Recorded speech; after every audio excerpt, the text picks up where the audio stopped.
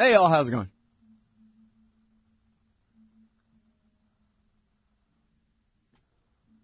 Welcome to the show. I'm Scott Horton. It's my show, The Scott Horton Show. I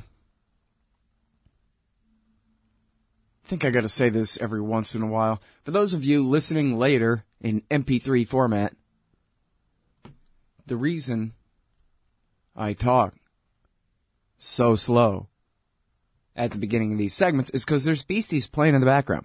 It's just you can't hear it. Only the live audience hears it. It ain't on the archives.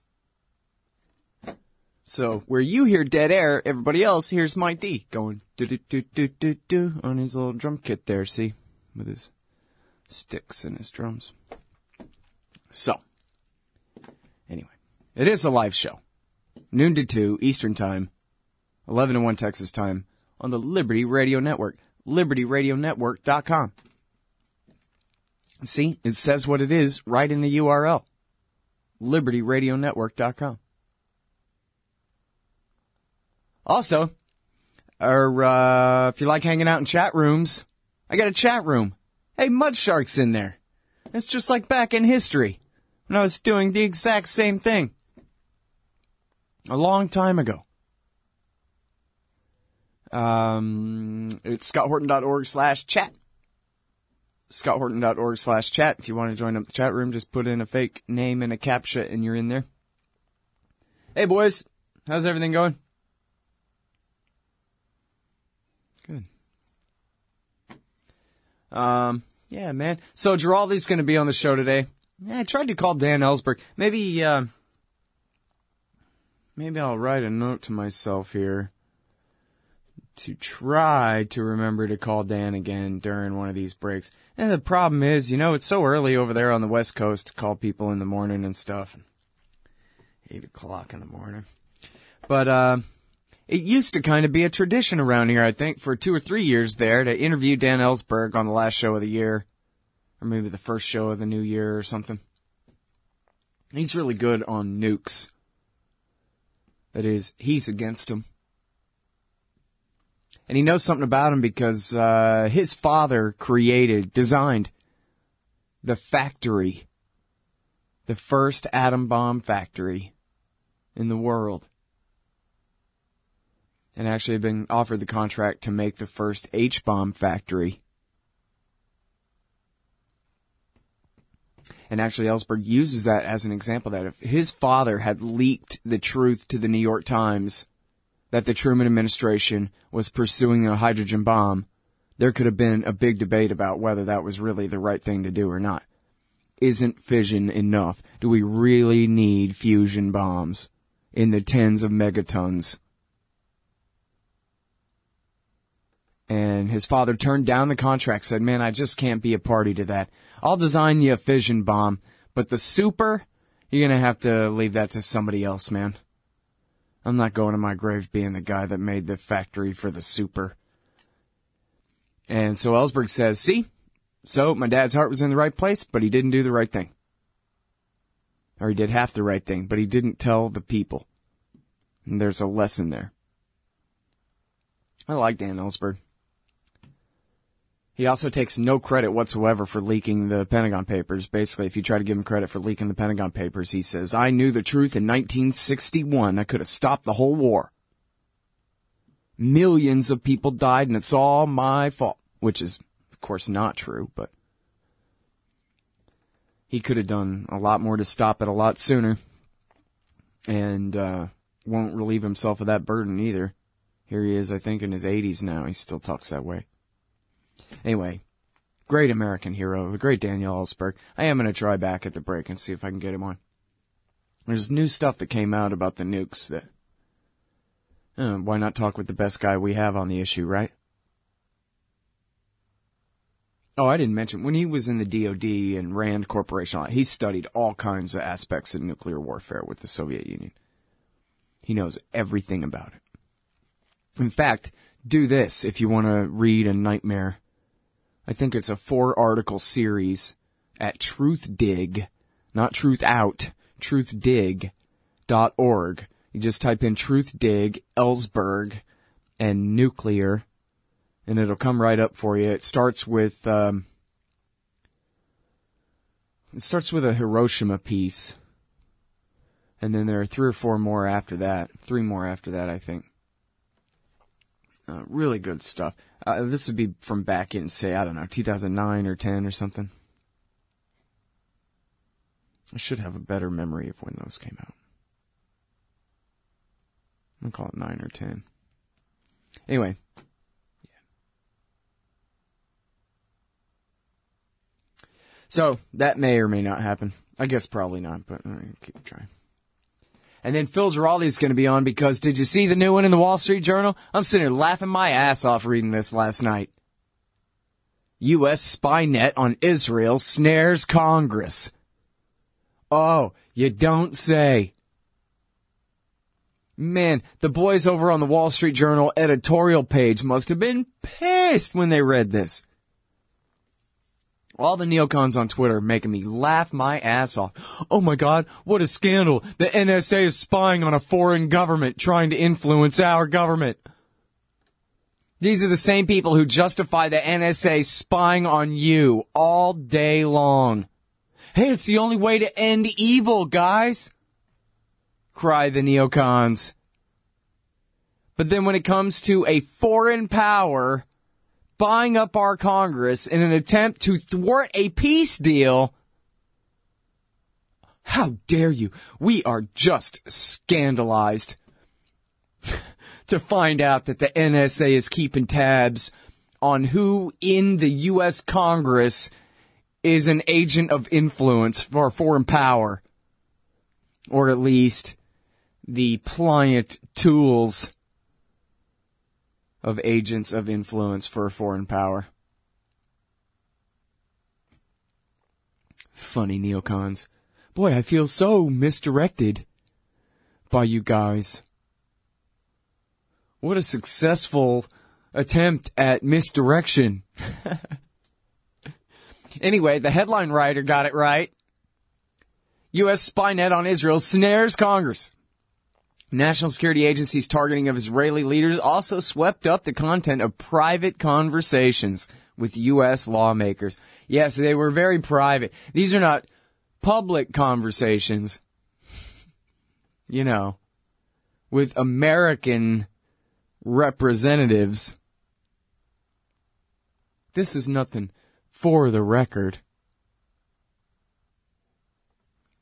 And of course, you know, all the neocon, we'll get into all the details, which are all the coming up. But I just thought it was funny that they used the straight out of Jane Harmon's playbook. Remember when Jane Harmon got busted working a deal with an Israeli spy that they would threaten Nancy Pelosi, that they would withhold Israeli lobby money from the Democratic Party unless they would swear, unless Pelosi would promise to make Jane Harmon the head of the House, the chair of the House Intelligence Committee. She agreed to have a foreign government extort the House Speaker on her behalf if she would, quote, waddle in and try to get the Justice Department to drop charges against Steve Rosen and Keith Weissman, the 2 Israeli agents of influence who bribed and corrupted the Pentagon official Larry Franklin into stealing secrets, including Bush administration deliberations on where their red lines were for war with Iran that the Israelis were trying to exploit. And she got busted as hell. And all Jane Harmon did after Jeff Stein, then at Congressional Quarterly, busted her ass was, well, first she challenged Jeff Stein to a foot race. Huh? Boy, am I distracted. And 2, she complained that the NSA was spying on her, when, of course, she was for the NSA spying on you, and the NSA wasn't spying on her at all. They were spying on Israeli spies who were on the phone with her, selling her country out for her own power on the Intelligence Committee. Hey, I'm Scott Horton here to tell you about this great new ebook by longtime Future Freedom author Scott McPherson. Freedom and Security, the Second Amendment and the Right to Keep and Bear Arms. This is the definitive principled case in favor of gun rights and against gun control. America is exceptional. Here the people come first, and we refuse to allow the state a monopoly on firearms. Our liberty depends on it. Get Scott McPherson's Freedom and Security, the Second Amendment and the Right to Keep and Bear Arms on Kindle at Amazon.com today. Hey y'all, guess what? You can now order transcripts of any interview I've done for the incredibly reasonable price of $2.50 each. Listen, finding a good transcriptionist is near impossible, but I've got one now. Just go to scotthorton.org/transcripts, enter the name and date of the interview you want written up, click the PayPal button, and I'll have it in your email in 72 hours max. You don't need a PayPal account to do this. Man, I'm really going to have to learn how to talk more good. That's scotthorton.org/transcripts. Hey man, how's it going, y'all? Oh, well, that's too bad. Nah. It's my show, The Scott Horton Show. I am belatedly writing up a blog entry about today's show. Phil Giraldi coming up, former CIA guy, now peacenik, mostly. Pretty much.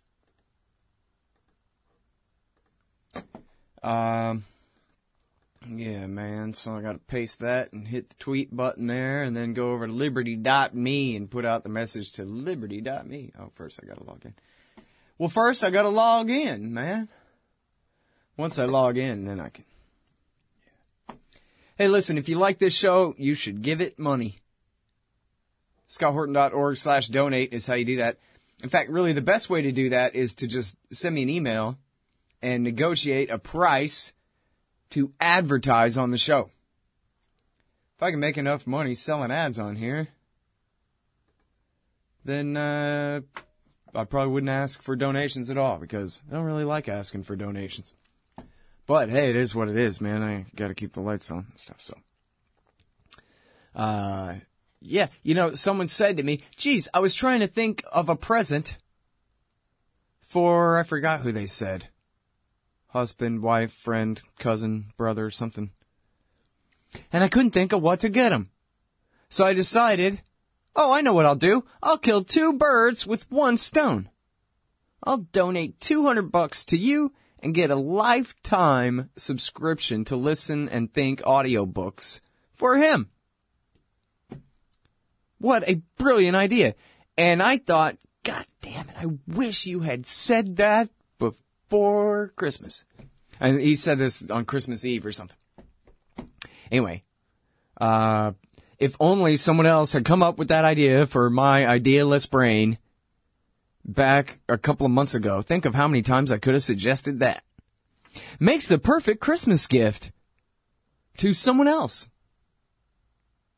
Because anybody who donates $200 to this show gets a lifetime subscription to Listen and Think libertarian audiobooks. Dozens of titles already, and many, many more to come from now on. That's a pretty damn good deal, if you ask me. Maybe you have a friend with a birthday. Anyway, you can read all about it. I take your Bitcoins, too. I know you're sick and tired of them Bitcoins weighing down your Bitcoin wallet all day, and you would like to transfer some of them right out of there to me. That makes sense. Completely. So, I would accept your Bitcoins.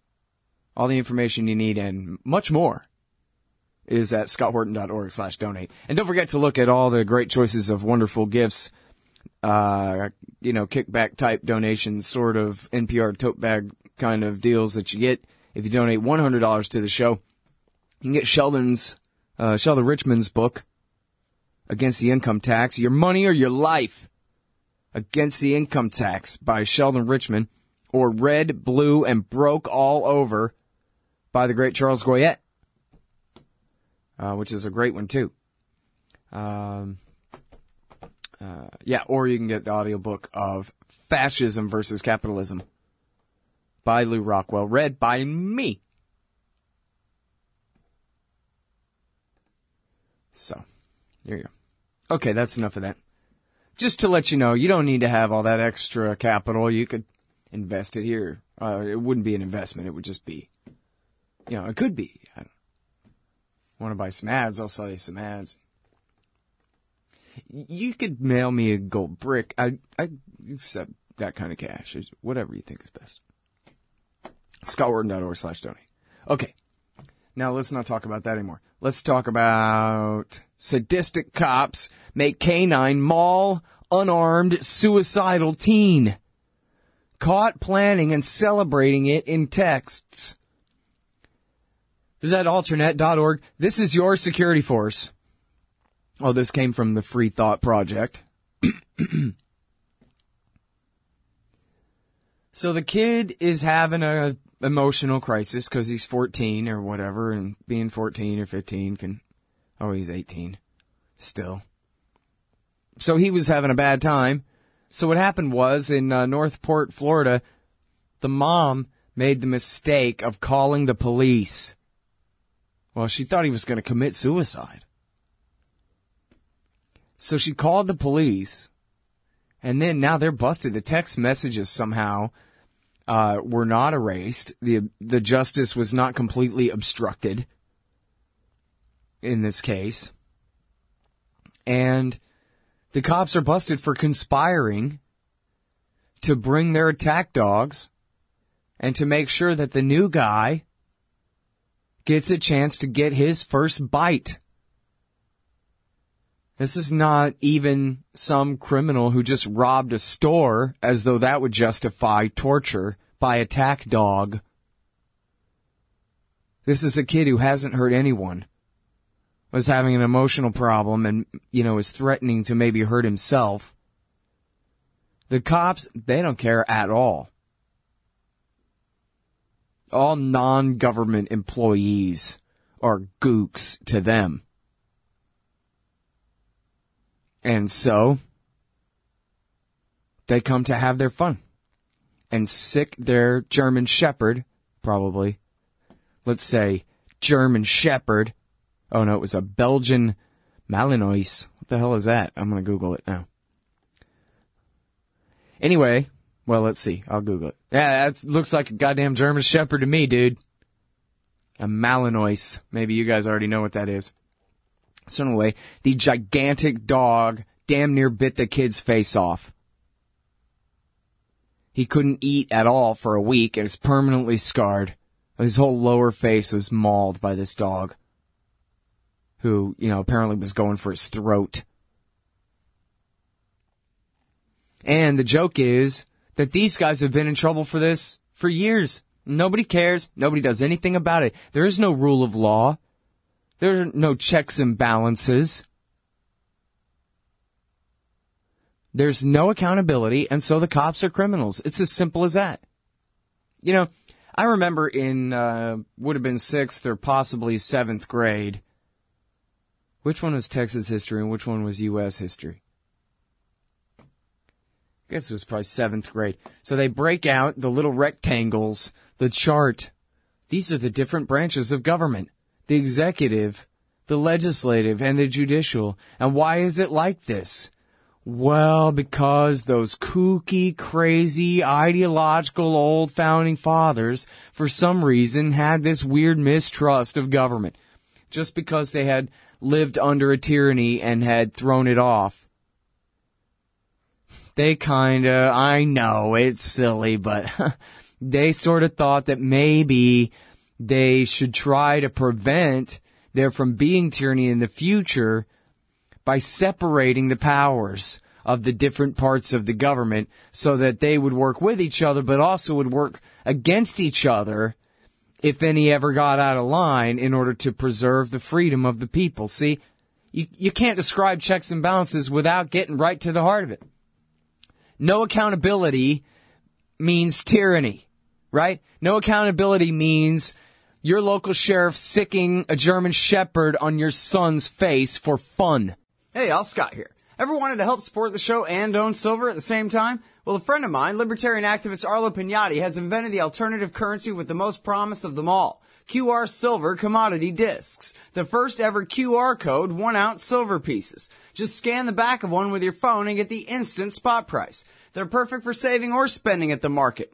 And anyone who donates $100 or more to the Scott Horton Show at scotthorton.org/donate gets one. That's scotthorton.org/donate.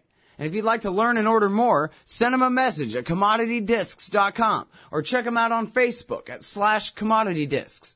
And thanks. Hey, I'll check out the audiobook of Lou Rockwell's Fascism versus Capitalism, narrated by me, Scott Horton, at audible.com. It's a great collection of his essays and speeches on the important tradition of liberty. From medieval history to the Ron Paul Revolution, Rockwell blasts our statist enemies, profiles our greatest libertarian heroes, and prescribes the path forward in the battle against Leviathan. Fascism versus Capitalism by Lou Rockwell for audiobook. Find it at Audible, Amazon, iTunes, or just click in the right margin of my website at scotthorton.org. All right, guys, welcome back. I'm Scott Horton. It's my show, Scott Horton Show, etc. Guest today is Phil Giraldi, former CIA officer, now executive director of the Council for the National Interest at councilforthenationalinterest.org, and regular writer for the American Conservative Magazine and UNS.com. Welcome back to the show, Phil. How are you doing? I'm okay, Scott. How about you? I'm doing good. Merry Christmas and Happy New Year and all that stuff. Same to you. Yeah, cool. Hey, man, so I'm guessing that you saw the Wall Street Journal today. U.S. spy net on Israel snares Congress. Yeah, well, I saw it. It's a bit tricky to see stuff at the Wall Street Journal because you have to pay them and log in. But I managed to find it through another link. Yeah, it's an amazing story. Yeah. Okay. Well, here's the secret to that too for everybody who doesn't know the trick for the Wall Street Journal. What you do is they'll let you see the front of the story so you can copy and paste the title into Google News, and then at Google News, if you hover over the link and wait a minute, it'll change to a Google link, and then when you click that, it'll let you through. So Wonderful. That is the magic trick to get to the Wall Street Journal for people. Well, thank you. That's worth the price of admission. Yeah, there you go. So, yeah. Oh, and so here's what's funny to me. Let's start with what's funny. On Twitter, which I think you're not on there, but you're missing out because watching all the neocons cry and cavail, they are so scandalized by this story, Phil, that Obama and the NSA would dare to spy on Israel. They can't believe it. And that's the only scandal that they can find in the whole story, too. It's really funny. They're beside themselves with indignation over there. Yeah, I've noticed that, and also the Israeli media is picking up on the same line, that this is a shameless incident of the U.S. spying on a, quote, friendly government. And, of course, you know, that's it's understandable from their perspective, but from the U.S. perspective, the Israelis were spying on the U.S. to find out what they were doing with Iran, and they were also using that information to manipulate Congress and Jewish organizations inside the U.S. Yeah, I was going to say, there's a lot more to this article than just Obama was being dishonorable spying on his own best friend. There's what he learned, what his spies found out when they were spying on the Israelis. That's in here too. But anyway, so. Yeah, and I, you know, and I would add, I mean, I think the big story really is to figure out who these people were. I mean, both the organizations that they were working through, and also the congressmen, and to find out exactly who these people were and exactly what they committed to do, because there are serious stakes here. And in terms of the organizations, if they were cooperating with the Israeli government, which apparently they were, they should be registered under the Foreign Agents Act. And once they're registered under the Foreign Agents Act, all kinds of things kick in. And then on the part of the congressmen, if they were sharing classified information with the Israelis, which they clearly were, because the Israelis knew what was going on in the negotiations, then they were in violation of the Espionage Act. Boy, you know, what an onion to start peeling.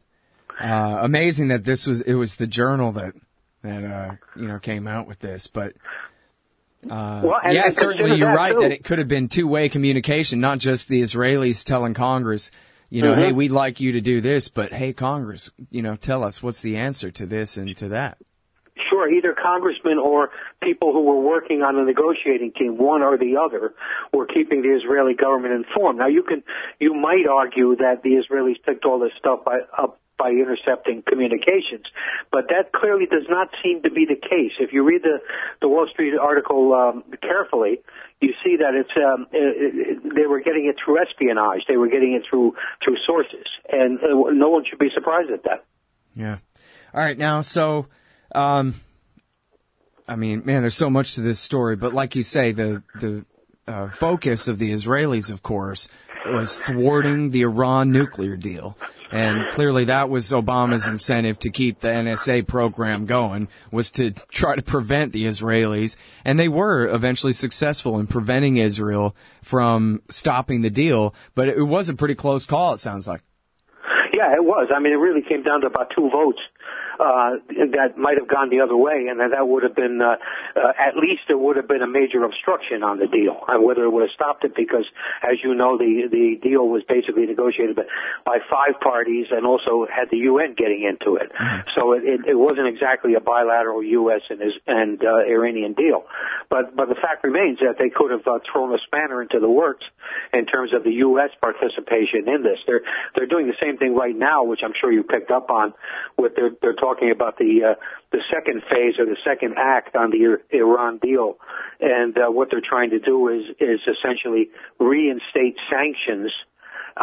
They're saying they're not necessarily going to enforce that, but they're going to have it there on the table, and then they'll be looking for things that they consider to be Iranian violations to kick the sanctions back in, and that would destroy the deal. Right. And not in the name of anything nuclear, right? Not because, hey, you're abiding by your side of the deal too quickly, stop it, but because of, you support Hamas or some nonsense. Yeah, and the other thing they keep trotting out is this, the fact that the Iranians have some ballistic missiles. I mean, that was not part of the deal, and not part of the negotiations at all. And yet they're bringing it in as if it's a deal breaker. I mean, they're playing every side on this. Yeah. All right, now, I guess it's not really a surprise, or I don't know, maybe it's a little bit of a surprise, the degree to which they're tapping the Prime Minister himself and having success in doing that. Did I read that right, that they're really listening in his office? Well, in his office could mean a lot of things. There probably a multiplicity of phones in Netanyahu's moving office, or his office that he uses when at the Israeli embassy when he's here. Sure. And, the Prime Minister's office doesn't necessarily just mean the room. It means everybody directly under his authority and all that. Yeah. Right. It could mean anybody on his staff. It could mean a lot of different things.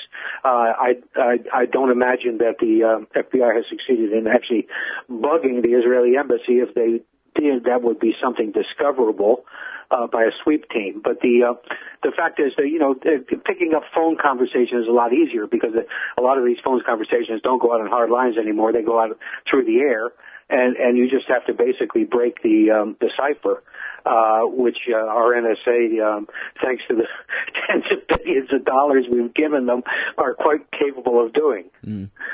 Yeah, there was interesting mention in the article, too, reminiscent of James Bamford's reporting back from his book, The Shadow Factory, about the Israelis saying, hey, NSA, here's some really useful software for you guys to use. And then, of course, it's reporting back to Israel everything that the NSA does with it. Yeah, that's referred to as a backdoor, essentially, that whatever goes on in the software is accessible by a third party who has a special key to get in. And we do it too. I mean, we've done it in terms of all the wonderful software we've offered to our allies around the world and stuff that we've sold to people. We do exactly the same thing. I wonder if they ever give the NSA software to use that doesn't have a trick embedded in it, just to try to build confidence a little bit before they do it again.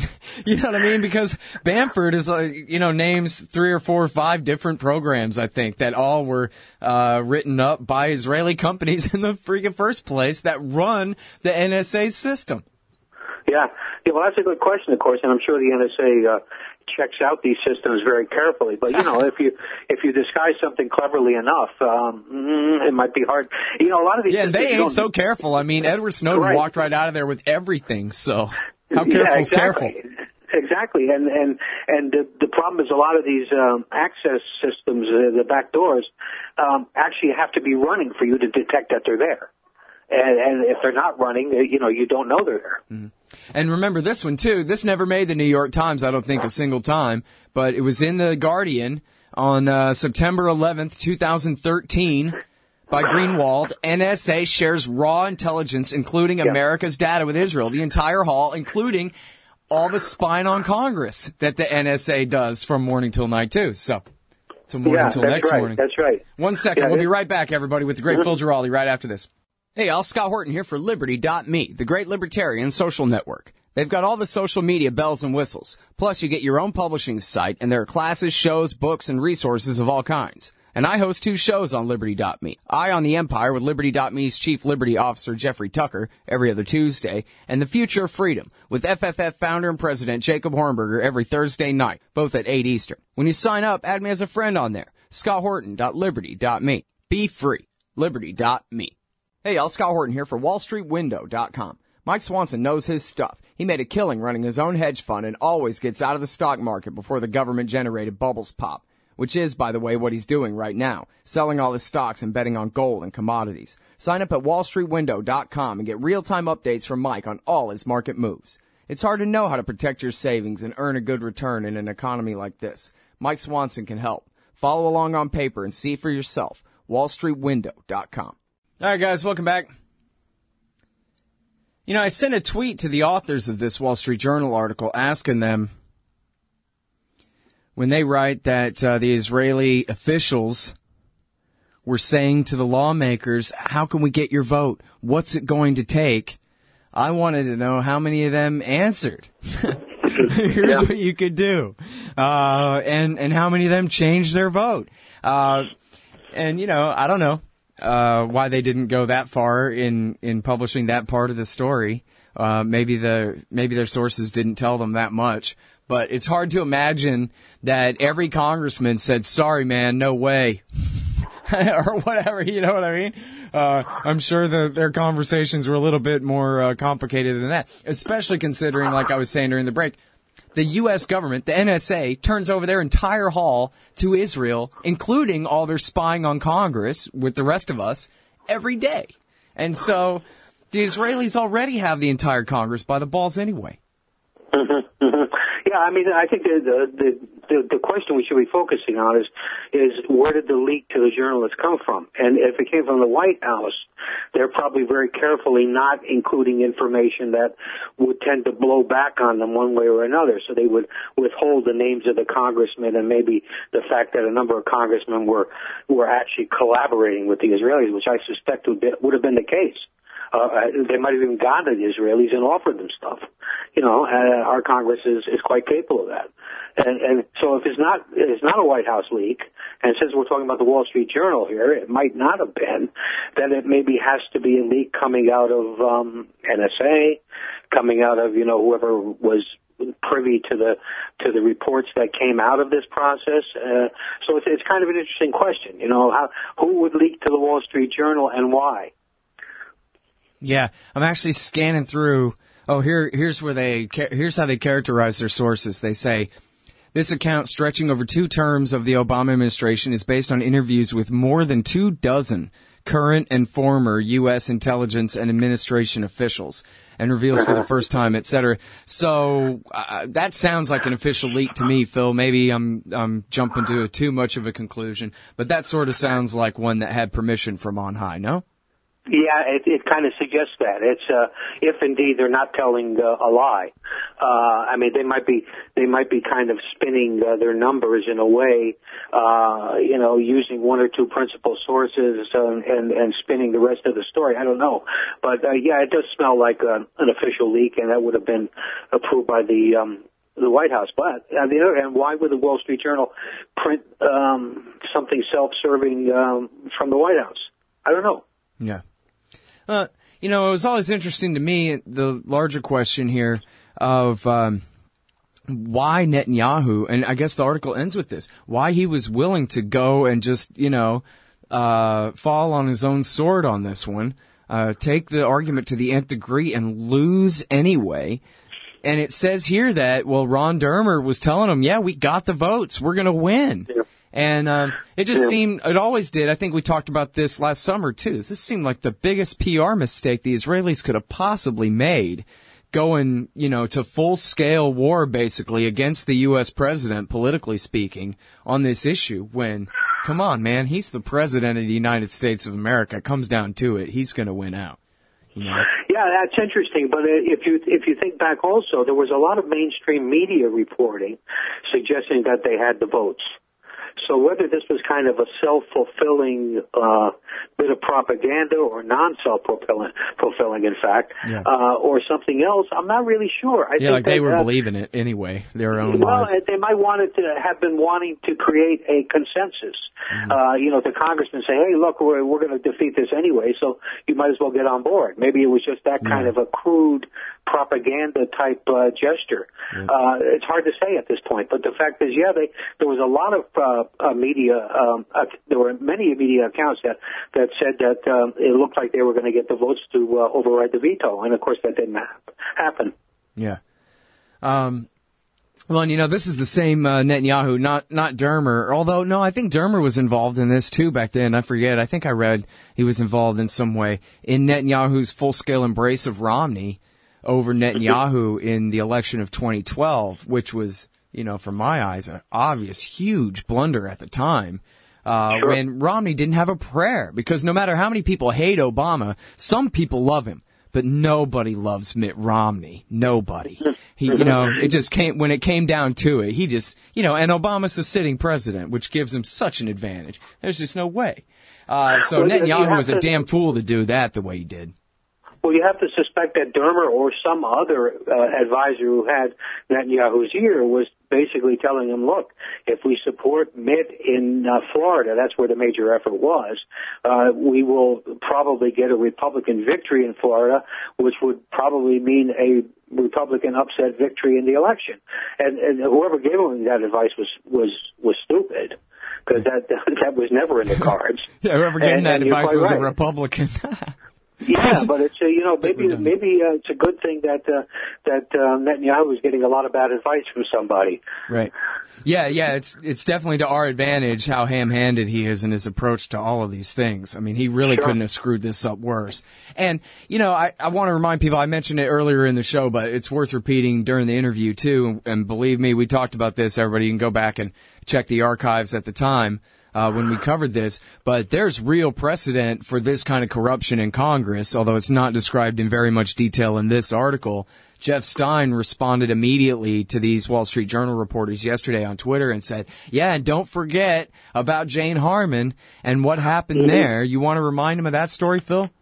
Yeah, sure. I mean, that was another classic where Jane Harman was approached by either the representative of or a major Democratic Party donor who has been identified in some circles as Haim Saban, who is, of course, going to be Hillary Clinton's principal donor. And he basically threatened her. He said, if you don't take steps to get the two AIPAC guys, Rosen and I can't remember what's the other one, Weissman? Right. Weissman. Yeah, Keith Weissman. If you don't get the two of them off the hook on this prosecution for violation of the Espionage Act, suddenly there's going to be a major drop in donations to the Democratic Party. And if you do it, we will make sure that we will pull strings and make sure that you are the next head of the House Intelligence Committee.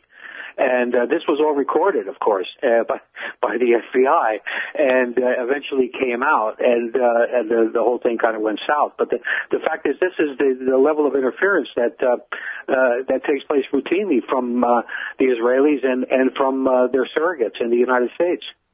It's really amazing. They're really just like the Americans in terms of the short-term interests that they're always working to satisfy with the complete neglect of any even medium-term consequences for what happens when the American people get sick and tired of this crap and decide that we're not going to give you billions of dollars and pay for all your kids' socialist health care and free schooling anymore or whatever it is. Like, aren't they worried about that?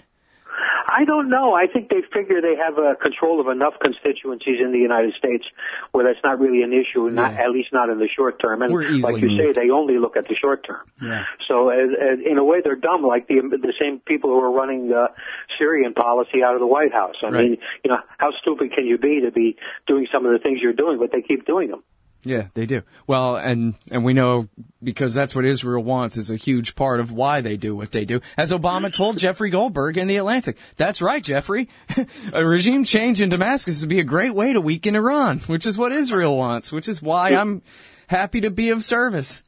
Yeah, exactly. And that's the only level on which any of this stuff makes sense. And, of course, it doesn't really make sense in terms of U.S. interests. Yeah.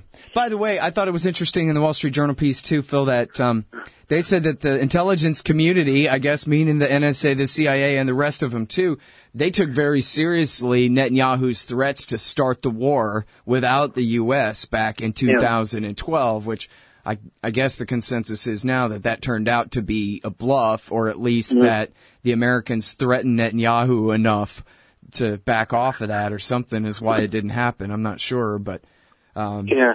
Well, I think that the way they explained it in the article is probably not completely accurate. I think the real concern in the intelligence community, from what I was hearing, was that Netanyahu would do something to trigger a war. It wouldn't mean necessarily that Netanyahu would, in a sense, start the war, but he would do something that would draw the United States into it. I think that was always his intention. Right. If he could figure out something that would finesse it and get the thing started. And that was where Admiral Mullen actually went over there and made it known to the newspapers that he told the Israelis, we're not going to have a USS Liberty type incident here, boys, which was huge, right? I mean, that's an earthquake right there. Right. That he would dare say that to them. Wow. Good times. All right. Well, hey, man, thanks very much for coming back on the show, Phil. Happy New Year to you. And to you, Scott. All right, y'all, that's the great Phil Giraldi. He writes at the American Conservative Magazine and UNS.com. Read this one at the Wall Street Journal. U.S. Spynet on Israel snares Congress. Hey, y'all, Scott here for Samurai Tech Academy at MasterSamuraiTech.com. Modern appliance repair requires true technicians who can troubleshoot their high-tech electronics. If you're young and looking to make some real money, or you've been at it a while and just need to keep your skills up to date, Samurai Tech Academy teaches it all. And they'll also show you the business, how to own and run your own. Take a free sample course to see how easily you can learn appliance repair from MasterSamuraiTech.com. Use coupon code Scott Horton for 10% off any course or set of courses at MasterSamuraiTech.com. Hey, all, Scott here. If you're like me, you need coffee. Lots of it. And you probably prefer it tastes good, too. Well, let me tell you about Darren's Coffee Company at Darren'sCoffee.com. Darren Marion is a natural entrepreneur who decided to leave his corporate job and strike out on his own, making great coffee. And Darren's Coffee is now delivering right to your door. Darren gets his beans direct from farmers around the world. All specialty, premium grade with no filler. Hey, the man just wants everyone to have a chance to taste this great coffee. Darren'sCoffee.com. Use promo code Scott and you get free shipping. Darren'sCoffee.com. All right, you guys, welcome back. I'm Scott Horton. It's my show, The Scott Horton Show. December 30th. Jot that down in my margin here. I'm skipping out tomorrow and the next day. I will be working. I'm not taking the day off. I'm going to be working on my book proposal. Did I tell you, I got all burnt out feeling after the Paris thing. Not because of the Paris attack, but because of the reaction to it. Oh my God. I guess it really is their religion that makes them hate us. Huh? What, because we tried non-intervention for the last 15 years? And yet they keep attacking us? Is that the argument? Because that couldn't possibly be the argument, because you see how big false premise there, huh? Big false premise. Yeah, maybe we do just need to kill all of them. Maybe you need to try stopping killing all of them for a minute. How about that? How about try stopping killing them all for a while first, and try that once for a minute before just giving up and killing them all. How about that? Stupid ass 300 million neighbors of mine. What the hell? Gee, that's right, I guess our government has been killing them nonstop this whole time, hasn't it? Yeah. Yes. It has. Sigh. What's the point of doing a radio show or writing a book or arguing with anybody about this? You know? I could be a manager at a brake shop right now and probably have health insurance and stuff. You know, if I had stuck with the brake shop. That was a pretty good job. Anyway. So now I'm over it. So now I'm writing the book proposal. It's getting done. I sent it to a friend who said, man, you gotta redo this whole part. So I'm glad of that. But I think, you know what? I think after this long weekend, 4 days, right? I got 4 days. And it's gonna be cold, cold weather too. Some rainy, some not. But anyway. Oh, 40s is cold to me. I'm a Texan. So I think I'll be done. Chapter summaries and all that. I think I'll have this whole thing knocked out by the end of Sunday. Maybe I'll have to reread it a few times for commas and things, and then I'll send it off to Tom. This should be easy enough, man. I already know what's supposed to be in there. I just gotta do it. So for all you people who say, hey man, when are you gonna write a book already? You have no idea how many times I've been asked that over the last decade. Well, the plan is it ought to be coming out in just a little over a year from now. Hopefully. If we can get a deal and get it written. Shouldn't be too hard. Okay. Here's something that I'm not sure if this is really going to be in the book or not. I guess there's going to have to be a section on it somewhere. It's a little bit beside the point, but it's the Iran nuclear deal. And let me just assume for the sake of my own argument here that you don't know all about this other than what you heard on the radio. And therefore you're totally wrong and have no idea what the hell. Well, I'm going to tell you a couple of things. So, first of all, the news. Iran hands over enriched uranium stockpile to Russia. Move gets them into compliance with the nuclear pact. They're ahead of the deadline. Under the P5+1 nuclear deal, Iran needed to drastically reduce its stockpile of low enriched uranium from the existing levels at the time. They've managed to do so today, shipping away 25,000 pounds of uranium, the bulk of their stockpile, on a container ship bound for Russia. The shipment brings Iran even closer to meeting all of its obligations under the deal, something which the U.S. hadn't anticipated being done until spring, but which Iran is hoping to have done in time for sanctions relief to begin before February's elections.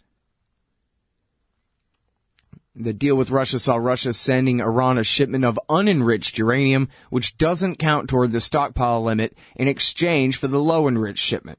This will allow Iran to continue running its few remaining centrifuges without rising back above the cap, as they consume uranium in their Bushehr power plant. Though some U.S. officials have expressed annoyance with the quick compliance... Let me repeat this part of the show. Thank you, Bill Hicks. Though some U.S. officials have expressed annoyance with the quick compliance by Iran and suggested the U.S. should still hold off on fulfilling its end of the deal, Secretary of State John Kerry today appeared to cheer the move, saying the deal is on track. Ultimately, once the IAEA declares Iran officially in compliance with all the terms of the deal, the U.S. will have no legal recourse but to ease sanctions. The IAEA has said they expect to do so in January. So, even if you didn't know too much about it, except, maybe some scaremongering propaganda stuff that you had heard before, just think of all the things that you learned in here. They've shipped away their stockpile of even low-enriched uranium. They've shut down an entire enrichment facility at COM, and they've completely scaled back from 20,000 centrifuges to 5,000 at the Natanz facility. And they're going so fast in living up to their end of the deal that they've been denounced by the Americans for hurrying up so fast. And why are they hurrying up so fast? They need sanctions relief now. Why? February's elections. What's the big deal about that? Well, Iran, it's an authoritarian country in a large sense, but it's not a totalitarian dictatorship. they do have elections. It's not a republic like in our Constitution, but then neither is the United States of America either. And they have elections. Their president, Rouhani, has put all of his political capital on the success of this deal. This is why he was elected. He said, if you elect me to the presidency, I am going to normalize Iranian relations with the rest of the world. I'm going to come to an agreement with the Americans on the nuclear issue, and we're going to get the sanctions lifted, and we're going to get life back in this economy. And then he won. And then he made a deal. So now stands his judgment in front of the Iranian people. Are they stoked or are they pissed? You know what's a good way to get them out to the polls to reelect them? The moderate who has reached this agreement for the Iranian side? To lift the sanctions. Remember back in July 2005 when George Bush came out and gave a statement and said, you better not elect a right-winger the day before the damned election, and only succeeded in securing the rise of Mahmoud Ahmadinejad? Well, here, this is meant to be the opposite of that from the Iranian side. They're implementing the deal so damn fast. They're trying to get even the slightest improvement of the economy so that they can say to the Iranian people, see, it was a good thing to be moderate and to come to an accommodation. So, now the question, as Phil Giraldi brought up, they're trying to pass sanctions under whatever excuse they can in the U.S. Congress to scotch the deal. We'll see what the next president does with that. But so far, the deal's going great. None of the faux objections that you heard in the run-up to the deal have been a problem whatsoever. Delayed inspections and all that nonsense. None of it. Hey, Scott Horton here to tell you about this great new book by Michael Swanson, The War State. In The War State, Swanson examines how Presidents Truman, Eisenhower, and Kennedy both expanded and fought to limit the rise of the new national security state after World War II. If this nation is ever to live up to its creed of liberty and prosperity for everyone, we are going to have to abolish the empire. Know your enemy. Get The War State by Michael Swanson. It's available at your local bookstore or at Amazon.com in Kindle or in paperback. Just click the book in the right margin at scotthorton.org or thewarstate.com. This part of the Scott Horton Show is sponsored by Audible.com. And right now, if you go to audibletrial.com/Scott Horton Show, you can get your first audiobook for free. Of course, I'm recommending Michael Swanson's book, The War State, The Cold War Origins of the Military-Industrial Complex and the Power Elite. Maybe you've already bought The War State in paperback, but you just can't find the time to read it. Well, now you can listen while you're out marching around. Get the free audiobook of The War State by Michael Swanson, produced by Listen and Think Audio at audibletrial.com/Scott Horton Show. All right, y'all, welcome back.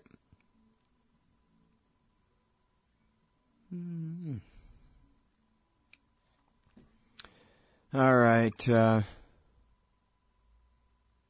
I guess I could talk about that. Nah, I'm going to talk about this. Nick Gillespie. I don't always see eye to eye with this guy. He's the editor of Reason Magazine. But he sure got this one right. What went wrong with Rand Paul at the Daily Beast?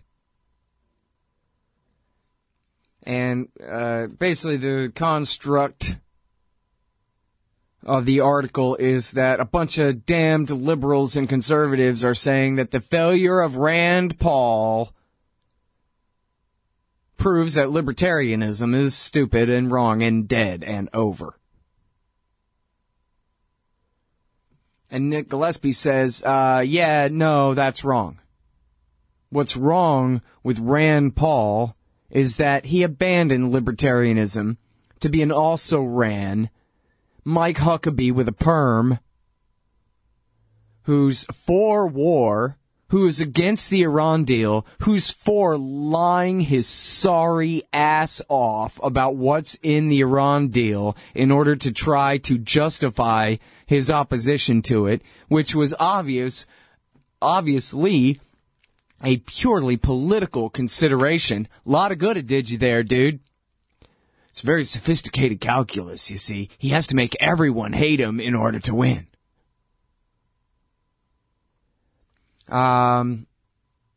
Anyway, it goes on like this. And Nick Gillespie points out, oh yeah, he's denouncing homos for wanting to get married. He's denouncing the Mexicans and Muslims for trying to get into the country. On and on and on. He's horrible. He's freaking horrible. And yet somehow supposedly libertarianism is supposed to take the blame for him when it's every place where he's abandoned libertarianism is what's wrong with him. So I appreciate Nick Gillespie pointing that out. Hey, don't go blaming libertarianism on this freaking guy. Again, plagiarizing Bill Hicks and apologize. He blew it so bad, and it's all his own fault. It ain't because of the rise of ISIS, and it ain't because of Donald Trump. It's because Rand Paul is a chump. Rand Paul had a talk with his advisors, and they thought, you know what, you're already pretty horrible, but we think you should be more horrible, Rand, in order to get people to like you more. And he said, I can do that. And he failed. And here's what's so fun. The counterfactual.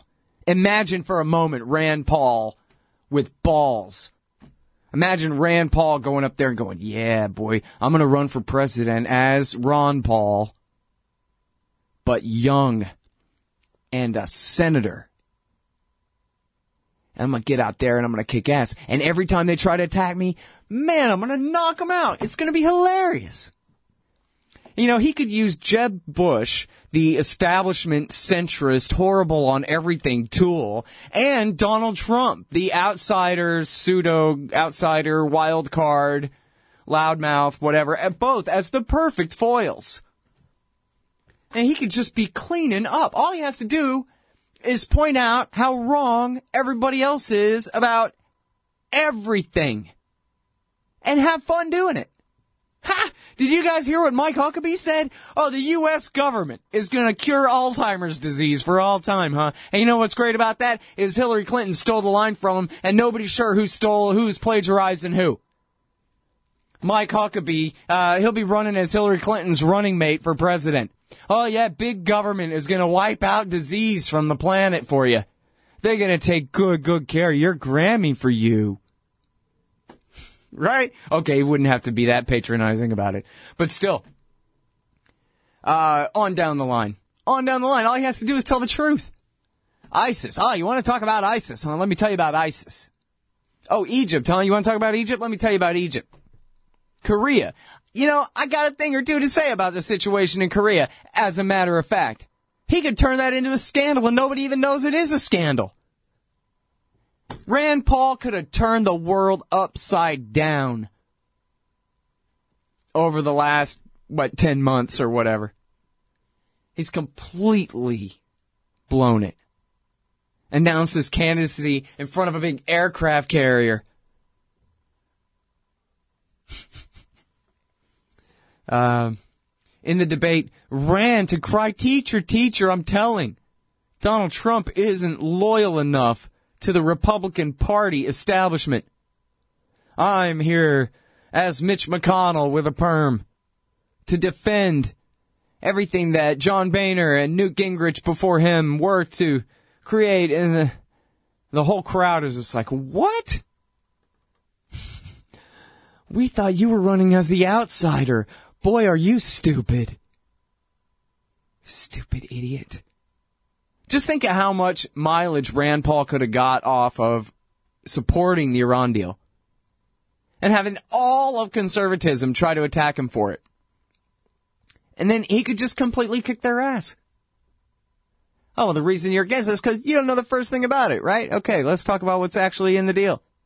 Let's talk about how you guys would prefer that we fight Iran right in the middle of them fighting the Islamic State for us. Because in the war that you supported in Iraq, you fought that war for Iran too and pushed all the Sunnis into the arms of Al-Qaeda in Iraq that became the Islamic State. Now you want to bomb the people fighting them so you can send American boys to go die fighting them instead? Freaks. On any issue, especially on foreign policy, Rand Paul could just be smacking these guys upside the head. They wouldn't even know which way he's coming from. You know what I mean? Just read Daniel Larison's blog at the American Conservative Magazine, where every day he's quoting Rubio and saying, what in the ever-loving freaking god dang is going on here? This is madness. This is ridiculous. It's horrifying. That's all he has to do is read Larison and go, I was thinking about Ted Cruz's policy and I think it's stupid, and here's why. That's all he has to do. All he has to do is read Ron Paul, who writes an essay every Sunday. Every Sunday. Minister Paul has a sermon for us about why the government should stop killing people.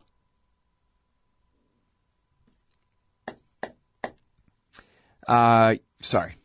Nick Gillespie's got it exactly right. The reason Rand failed isn't because libertarianism was disproven by the rise of ISIS, for Christ's sake. Why don't you try reading antiwar.com for a minute and then double check back with me here about that. It's because there are no libertarians running. I told you about that quote where the guy said, I never really agreed with Ron Paul about foreign policy, but at least I knew he was always telling me the truth. But with Rand, I don't know. I guess I'll just support Ted Cruz. That is the mind of a Republican right there. Hey, all, Scott Horton here. It's always safe to say that one should keep at least some of your savings in precious metals as a hedge against inflation. And if this economy ever does heat back up and the banks start expanding credit, rising prices could make metals a very profitable bet. Since 1977, Robertson Roberts Brokerage Inc. has been helping people buy and sell gold, silver, platinum, and palladium, and they do it well. They're fast, reliable, and trusted for more than 35 years. And they take Bitcoin. Call Robertson Roberts at 1-800-874-9760 or stop by rrbi.co. Hey, all, Scott Horton here for MPV Engineering. This isn't for all of you, but for high-end contractors specializing in industrial construction and end users who own and operate industrial equipment. MPV offers licensed professional consulting on chemical and mechanical engineering for your projects. Tanks, pressure vessels, piping, heat exchangers, HVAC equipment, chemical reactors for oil companies or manufacturing facilities, as well as project management support and troubleshooting for those implementing designs. MPV will get your industrial project up and running. Head over to mpvengineering.com. All right, kids, welcome back. So, yeah, it's the last episode of the year. I really don't have any kind of special production for you here. Oh, the year in review or, any of that. It's just the same damn thing still, that's all.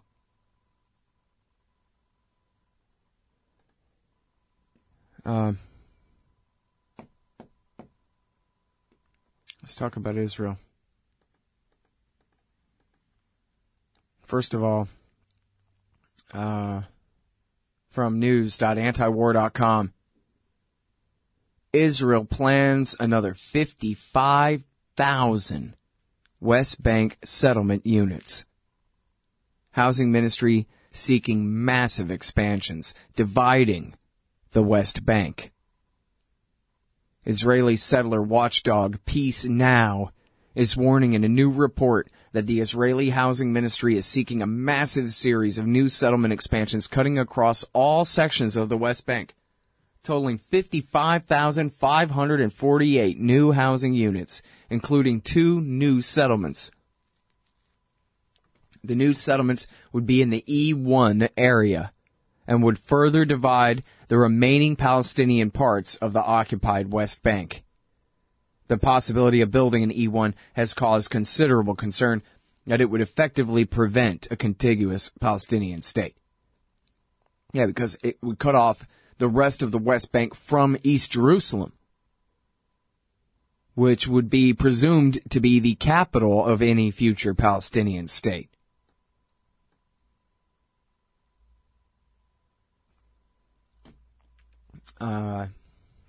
Well, they don't even call it the West Bank. The Israelis, they call it Judea and Samaria, as though it's just a county in Israel. It belongs to them, And yes, it's true, the people they've stolen it from still live there, unfortunately. But one day, damn it, that Indian reservation will belong to us, is the official policy of the Israeli government. Doesn't seem to be working out very well for them. I mean, well, facts on the ground are facts on the ground, right? But the facts on the ground include the fact that the Palestinian Arabs, Christian and Muslim, now outnumber, very soon will outnumber, the Israeli Jews who rule them. If you include the Palestinian citizens of Israel and those who live in the occupied Golan Heights, the Gaza Strip, and on the West Bank. And it's already an apartheid system, but for some reason it has a special resonance when it's a minority rule over the majority, almost wholly disenfranchising them from any political power whatsoever. I only say almost because I included the Palestinian citizens of Israel in my list there, and they have at least some civil rights, whereas those in occupied territories have none. And, I don't know what all really to say about this other than it's going to continue. Here's something to say about it.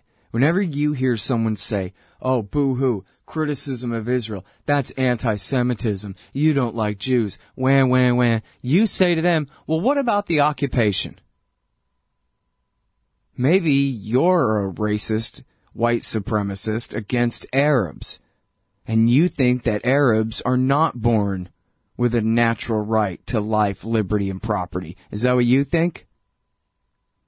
That it's okay to steal from somebody as long as they're an Arab Christian or an Arab Muslim? Oh, no. Put your fingers in your ears. Let's pretend there are no Christians on the West Bank. Christians in Bethlehem? Who ever heard of such a thing? No. Just forget about them, because if an Arab is a Christian, then that means that maybe his life has, half the value of that of a human. Maybe, their life at that point bears some consideration before disregarding its value completely later. And the whole thing's criminal. The whole thing is an absolute mess. And by the way, it's worth pointing out here, I had the link, I lost it, but it's an important story that this guy, Robert Malley, who is a Israel-Palestine advisor to Obama, has admitted that all the problems of the Middle East are made worse by the Israeli-Palestinian conflict that America refuses to solve. We continue to pay one side to brutalize the other in the name of a generations-long bogus peace process and unending colonization and expansion in the West Bank, especially in East Jerusalem. And so Robert Malley says, look, nobody says that it's magic and that if the Palestinians had their own state and the Israelis ended the occupation, that all of a sudden every problem in the Middle East would go away. But boy, a huge talking point against the United States would evaporate just like that. It would just be no longer true. If the occupation would be ended, the occupation would be ended. And look at how difficult it is for any other state in the region to cooperate with Israel on anything, ISIS or Hezbollah or whatever, because of the ongoing occupation of the Palestinians. Makes it politically impossible for them to work with the Israelis on anything. It's contrary to their own interests, too, in so many ways.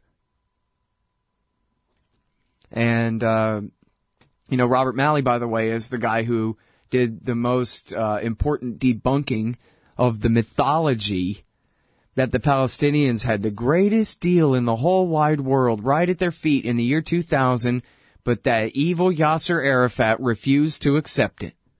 That's just not true. And Robert Malley explained how, no, the American negotiators were basically simply on the side of the Israelis. They were not independent whatsoever. And what they were offering Arafat was a bunch of Bantustans, what they have now, basically. An endless occupation, only calling it something else. And then they just spun it. They just basically lied, and they just had everybody repeat the slogan that, oh, they had such a great offer in front of them, and evil Arafat refused the offer because it was in his personal interest to keep the conflict going at the expense of the Palestinians. What a great narrative. Not true. Robert Malley was the guy who debunked it. You could read all about it in the New York Review of Books, by the way. And he doesn't say, no, Arafat's an angel or any kind of stupid crap like that. But he absolutely throws cold water on that entire narrative that I'm sure you all remember very well from the end of the Clinton years there. And by the way, you know, just to be perfectly clear about this, I do have the story here about Naftali Bennett, who is, right now he's just the education minister, but I think he is a very likely candidate for future prime minister of Israel, saying it is time. The time has come to say Israel is ours. Israel meaning the occupied territories. Meaning the entire West Bank. And all the Palestinian, Arab, Christians, and Muslims who live there, forget them. They don't have property rights. They're just figments of your imagination. Education Minister Naftali Bennett on Monday said Israel should annex the West Bank, beginning with the Etzion bloc and Binyamin regions. The time has come to say Israel is ours, he said at a meeting of the Knesset's Land of Israel caucus. To go from strategic defense to a process of initiating the implementation of Israeli sovereignty over the territories under Israeli control in Judea and Samaria. We need to mark this as a strategic objective and stop the misunderstood message sent from Israel abroad. You know, that says that one day they'll ever give up the West Bank. Stop pretending, declares one of Netanyahu's right-hand men in the coalition government in charge in Israel right now. You hate government, one of them libertarian types, or maybe you just can't stand the president, gun grabbers, or warmongers. Me too. That's why I invented LibertyStickers.com. Well, Rick owns it now, and I didn't make up all of them, but still, if you're driving around and want to tell everyone else how wrong their politics are, there's only one place to go. LibertyStickers.com has got your bumper covered. Left, right, libertarian, empire, police, state, founders quote, central banking. Yes, bumper stickers about central banking. Lots of them. And, well, everything that matters. LibertyStickers.com. Everyone else's stickers suck. Don't you get sick of the Israel lobby trying to get us into more wars in the Middle East? Or always abusing Palestinians with your tax dollars? It once seemed like the lobby would always have full-spectrum dominance on the foreign policy discussion in D.C. But those days are over. The Council for the National Interest is the America lobby, standing up and pushing back against the Israel lobby's undue influence on Capitol Hill. Go show some support at councilforthenationalinterest.org. That's councilforthenationalinterest.org. Hey, I'm Scott. Welcome back. Here's a question everybody always asks that I never answer. We are wondering if you know if donations to the show can be listed as a charitable contribution. Yes, but here's how. You got to donate it to antiwar.com, and then you just earmark it for Scott Horton. Because antiwar.com is a 501c3. So, for all you people who want to give me a lot of money, that's how you write it off on your taxes. Give it to antiwar.com and then tell them, hey, dummy, this is for Scott. Great answer, huh? I should mention that all the time, shouldn't I?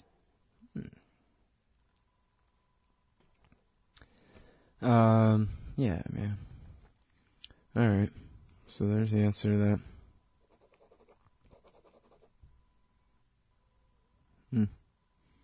Yeah, I never did get a hold of Dan Ellsberg. That's too bad. Should have tried harder to do that. Yeah, Syria. Well, first I want to talk about Afghanistan for a second, because Afghanistan always gets such short shrift, doesn't it? So, yeah, dude. Afghan militia loyal to someone. Think about what you're talking about, Scott. Afghan militia loyal to someone behead Islamic State fighters. Ho, ho, ho. Can't tell the good guys from the bad guys.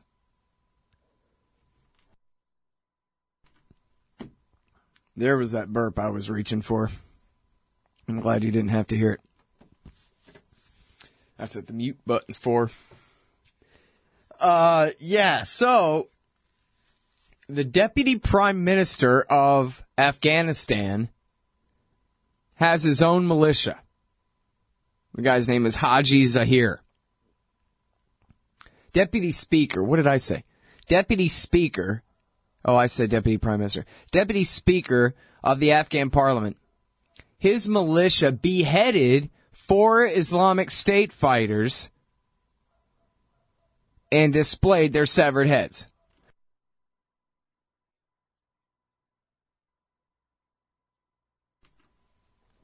So, these are the good guys. These are the guys that, your cousin died fighting for over there. Taking the Islamic State fighters, the prisoners, and cutting their heads off. The beheadings by the Afghans of the Islamic State fighters are in retaliation for ISIS earlier beheading 4 of Zahir's own Afghan fighters. In what is a great statement, Zahir said, quote, "If they behead you, behead your son. Do you expect us to cook sweets for them? Sweets are not distributed during war. People die." To make his point crystal clear, Zahir's men placed the severed heads of the 4 ISIS fighters atop stacks of stones on the side of a main road.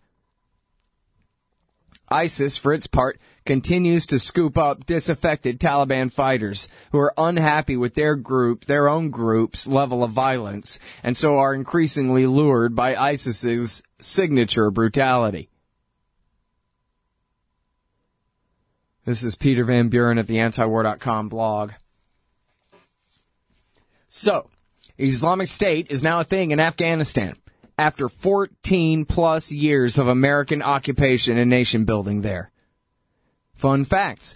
ISIS did not even exist when the U.S. first invaded Afghanistan in 2001, and the younger American soldiers now deployed there were in first grade when the initial U.S. invasion kicked off.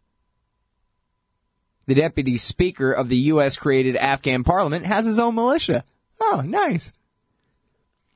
People sort of on the good Afghan side are doing the same brutal things, such as beheadings, without U.S. condemnation, as ISIS is doing elsewhere with U.S. condemnation. But that's okay. Yeah, same thing in Syria, where al-Nusra beheads their prisoners, too. Another fun fact, Afghanistan is so... He says...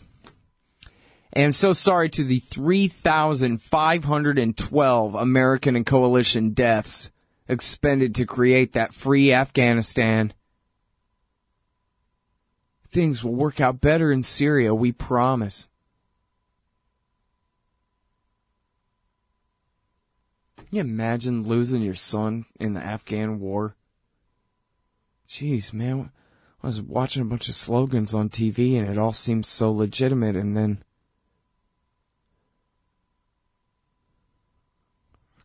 It's unbelievable. You know, the thing is, I used to be a boy, so I remember what it's like, somewhat, and the things that they say. And what they say is basically like this. It's not your job to figure out whether the war is the right thing or not. You just go be a good soldier. The adults are the ones who know whether it's the right thing to send you into a war or not, and will use their reason and their voting and the democracy to decide. And who could imagine in a democracy where we, the people, are the government, that our government would throw our sons' lives away over nothing? Over things that Hillary Clinton says are smart. What? It's the cognitive dissonance, man. It hits hard. I know it. But the whole society agrees that this is all legit, even though we all know that it's not. Huh. Imagine, 14 years. World War II, America fought in World War II. Well, the whole damn war lasted 4 years. You know? 5. America was in it for, 3.5? Been occupying Afghanistan for more than 14 years. And everybody knows, unless, you have brain damage from fighting in the Afghan war, that it can never be won. The Pashtuns are never going to live under a coalition government of Hazaras, Uzbeks, and Tajiks. They're just not going to. And vice versa, too. Or did you think that they were? That they're going to have a democracy? Every time they have a Loya Jirga where they lay out the carpet and everybody sits around to try to solve their disputes with words, America bombs them. That's not how you do it. You got to have a parliament. A parliament run by a guy who beheads his prisoners.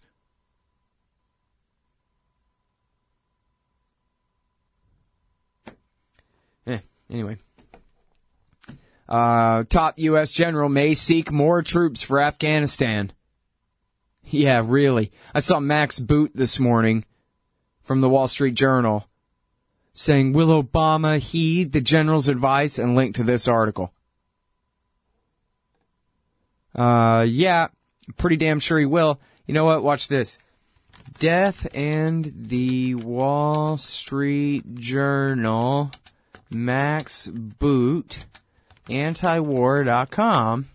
And then you get this article called Death and the Wall Street Journal by Justin Raimondo from November 19th, 2001. Are you ready for Max Boot's quote? This is not a war being won with American blood and guts. It is being won with the blood and guts of the Northern Alliance, helped by copious quantities of American ordnance and a handful of American advisors. After September 11th, President Bush promised that this would not be another bloodless, push-button war. But that is precisely what it has been. That's a real quote of Max Boot.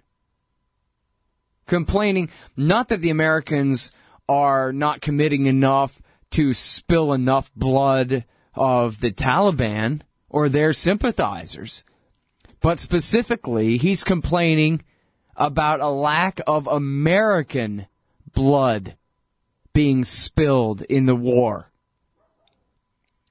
How do you make people identify with this effort? We've got to kill some of their kids to get them really emotionally involved. All you got to do is type in Death in the Wall Street Journal. It's right there. Couldn't make it up. That's it. That was in 2001. Justin Raimondo wrote this in November 2001 at antiwar.com. Death in the Wall Street Journal.